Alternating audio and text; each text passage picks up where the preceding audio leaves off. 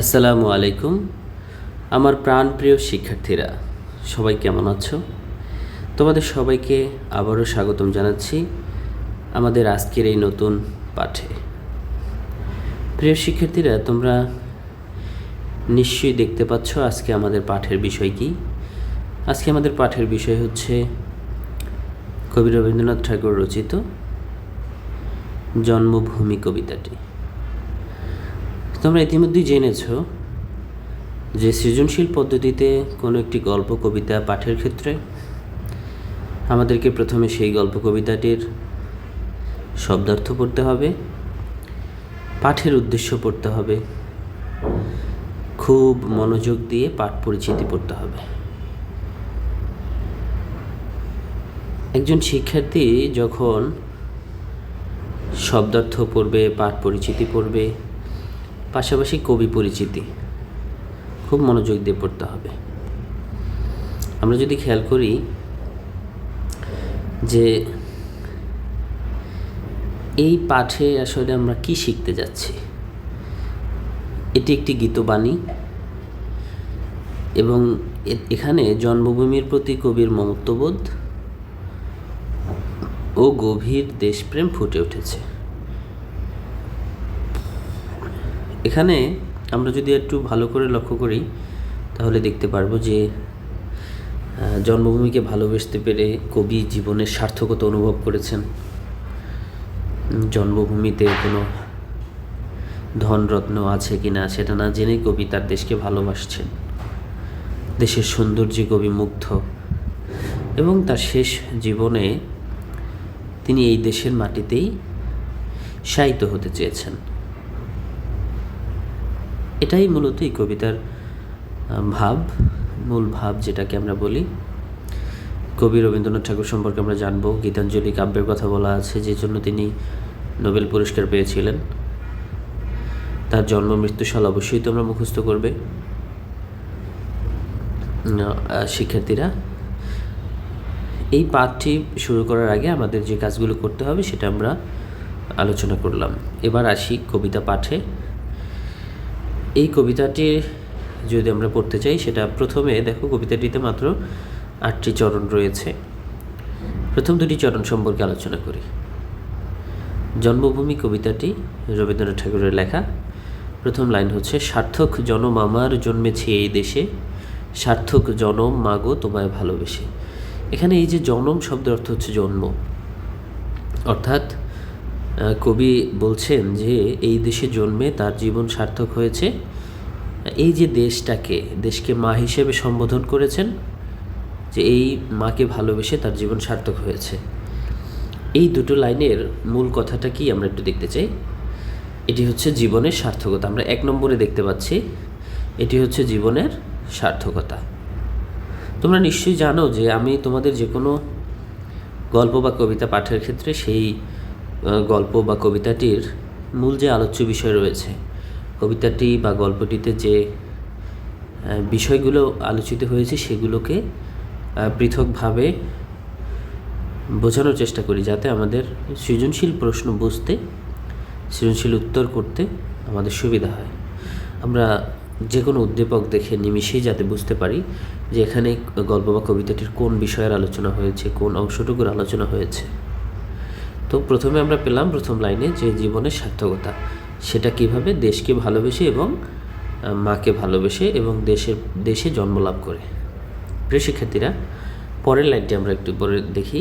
জানি নে তোর ধনরতন আছে কিনা রানীর মতন, শুধু জানি আমার অঙ্গ জোড়ায় তোমার ছায়া এসে। অর্থাৎ কবি এখানে বলছেন যে আমি জানি না তোমার ধনরত্ন আছে কিনা রানীর মতো। অর্থাৎ একজন রানীর স্বাভাবিকভাবে আমরা বিভিন্ন গল্প শুনেছি, রাজা রানীদের অনেক সম্পদ থাকে, অনেক ধনরত্ন থাকে। কবি তার দেশকে অর্থাৎ মাকে উদ্দেশ্য করে বলছে যে আমি জানি না তোমার অনেক ধনরত্ন আছে কিনা রানীদের মতো, শুধু জানি আমার অঙ্গ জোড়ায় তোমার ছায়া এসে। অর্থাৎ এই দেশের গাছপালা, তরুলতা, এই দেশের ছায়া কবির অঙ্গ জুড়িয়ে দেয়। দেশের প্রকৃতি অর্থাৎ এখানে যেটা বুঝিয়েছে আমরা একটু দেখতে চাই, সেটা হচ্ছে জন্মভূমির প্রতি নিঃস্বার্থ ভালোবাসা। 2 নম্বর আমরা দেখতে পাচ্ছি জন্মভূমির প্রতি নিঃস্বার্থ ভালোবাসা।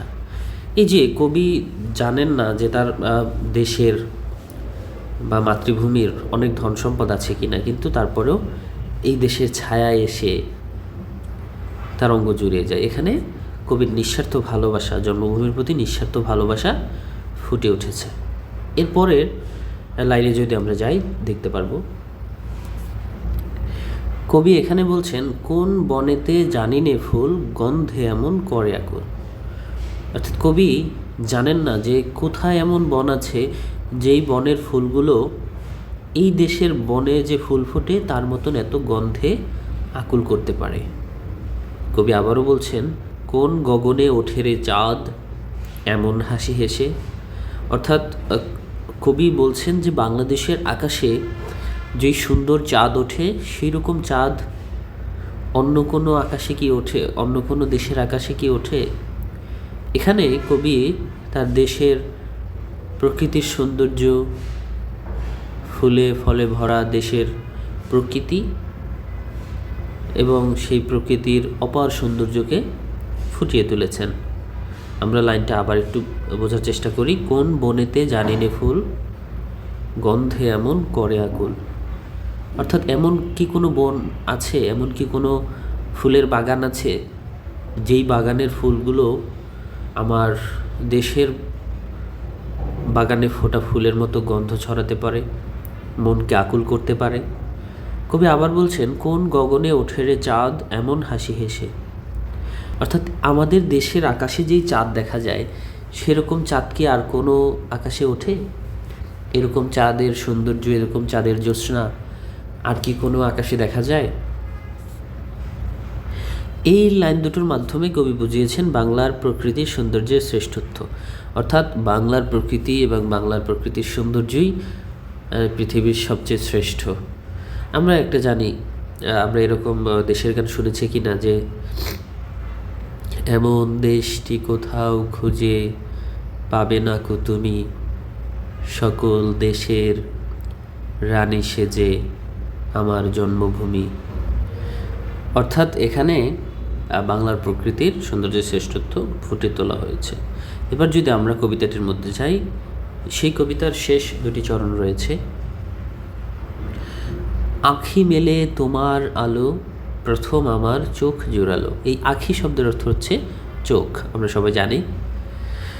কবি বলছেন যে চোখ মেলে আমি প্রথম যে আলো দেখেছি, অর্থাৎ এই দেশের আলো, প্রথম আমার চোখ জুড়ালো। সেই আলোতে কবির চোখ জুড়িয়ে গেছে, কবির চোখে শান্তি লেগেছে। ওই আলোতে নয়ন রেখে মুদব নয়ন শেষে। এই যে দেশের আলোটা, সেই আলোতে চোখ রেখে, নয়ন অর্থ হচ্ছে চোখ। কবি বলছেন যে এই দেশের যে আলো রয়েছে, সেই আলোতেই মুদব অর্থাৎ বন্ধ করব নয়ন শেষে। যখন জীবনের শেষ প্রান্ত চলে আসবে, আমি যখন মৃত্যুবরণ করব, আমি এই দেশেই মৃত্যুবরণ করব এবং এই দেশের যে আলো, সেই আলো দেখতে দেখতে আমি আমার চোখ বন্ধ করব। অর্থাৎ আমি মৃত্যুবরণ করব, যখন মৃত্যুবরণ করব তখনও আমি এই দেশেই মৃত্যুবরণ করব। অর্থাৎ কবির শেষ ইচ্ছা যে সে এই দেশেই মৃত্যুবরণ করবে। সে জন্ম লাভ করার পরে যেই দেশকে দেখেছে, যেই দেশের আলো দেখেছে, সেই দেশের আলো দেখতে দেখতেই কবি আবার চিরনিদ্রায় শায়িত হতে চান। এখানে যে আলোচিত বিষয়টি, সেটা হচ্ছে জন্মভূমিতেই বিলীন হয়ে যাওয়ার আকাঙ্ক্ষা।